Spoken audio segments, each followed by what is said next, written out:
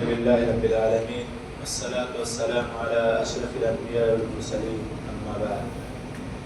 تمام تعریف اس خالق کائنات مالک ارض و سما کے لیے جس نے ہم سب کو پیدا کیا۔ لاکھوں کروڑوں درود و سلام اس ہستے اقدس مقدس پر اس کا نام نامی اسم گرامی محمد اکرم صلی اللہ علیہ وسلم ہے۔ سامعین کرام، آج جس موضوع کے تحت جمعہ کا خطبہ پیش کیا گیا وہ ہے تعلیم اور تربیت۔ آنے والے دنوں میں سعودی عرب میں مدارس کھل رہے ہیں، اسی موضوع کے تحت آج جمعہ کا خطبہ پیش کیا گیا کہ علم کی تگودوں میں، علم کی تلاش میں ہمیں کیا کیا کرنا چاہیے اور کیا نہیں کرنا چاہیے۔ اللہ رب العزت نے قرآن مجید کے اندر ارشاد فرمایا قُلْ هَلْ يَسْتَوِي الَّذِينَ يَعْلَمُونَ وَالَّذِينَ لَا يَعْلَمُونَ، یعنی جو لوگ جانتے ہیں اور جو لوگ نہیں جانتے ہیں، یعنی جو لوگ علم رکھتے ہیں اور جو لوگ علم نہیں رکھتے ہیں، کیا دونوں لوگ برابر ہو سکتے ہیں؟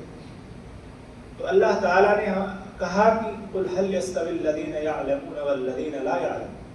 تو جو ہمیں بتایا گیا اس کے ذریعے کہ ہمیں علم کی تلاش میں اپنی آخری حد تک کوشش کرنی چاہیے، آخری حد تک ہمیں علم تلاش کرنی چاہیے، اور جیسا کہ اللہ کے رسول صلی اللہ علیہ وسلم نے فرمایا ہے کہ علم تلاش کرو لحد تک، یعنی قبر تک علم تلاش کرتے رہو۔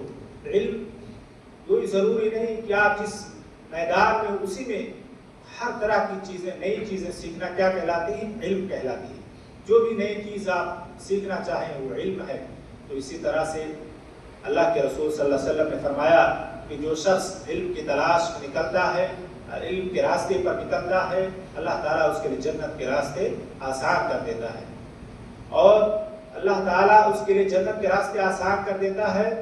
اور دوسری جگہ اللہ کے رسول صلی اللہ علیہ وسلم نے فرمایا کہ اللہ جس کے ساتھ بھلائی کا ارادہ کرتا ہے اسے دین کی سمجھ عطا کرتا ہے، اسے دین کی سمجھ عطا کرتا ہے۔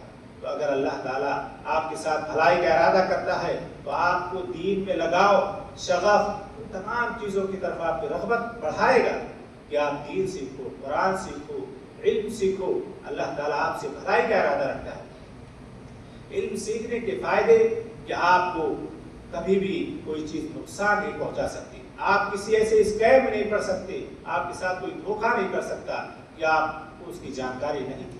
اب آپ جانکاری حاصل کریں گے تو آپ ہمیشہ اپنے آپ کو محفوظ سمجھیں گے اور محفوظ رہیں گے۔ اسی طرح ہمیں چاہیے کہ ہم جب بھی کوئی نئی چیز سیکھنے کی کوشش کریں، اور خاص طور سے علم میں، خاص طور سے دین میں، تو ہمیں قرآن و سنت کی روشنی میں سیکھنا چاہیے۔